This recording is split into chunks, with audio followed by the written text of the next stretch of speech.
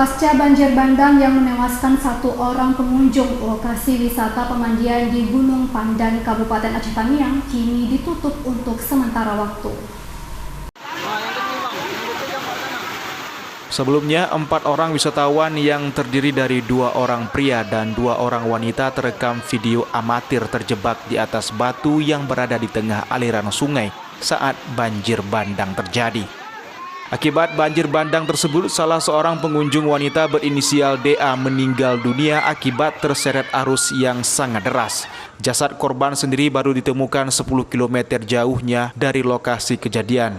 Pada keesokan harinya, setelah tim gabungan yang terdiri dari TNI Polri, SAR, dan warga melakukan pencarian.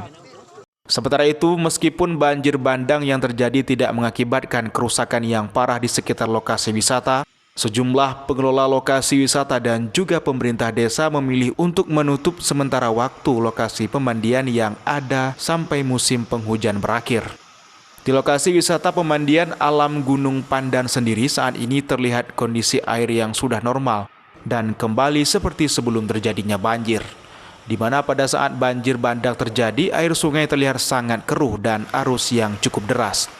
Herman, Kepala Desa Selamat, mengatakan jika pihaknya memilih untuk menutup sementara waktu lokasi wisata pemandian Gunung Pandan, di mana hal ini lantaran masih tingginya curah hujan di wilayah tersebut, sehingga dikhawatirkan dapat berpotensi kembali terjadi musibah banjir bandang. Kronologis kejadian banjir bah kemarin adalah ketika pengunjung di sore hari, sekira pukul 5.30, masyarakat kita yang mengelola wisata di sini sudah mengingatkan bahwasanya pengunjung agar segera naik karena di gunung sudah gelap, kemungkinan banjir akan segera datang. Tapi mungkin pengunjung karena asik bermain tidak mengindahkan pemberitahuan itu. Pada saat kejadian banjir bandang, ada 4 orang yang terjebak di tengah aliran sungai. Namun 3 orang berhasil diselamatkan warga dengan menggunakan tali.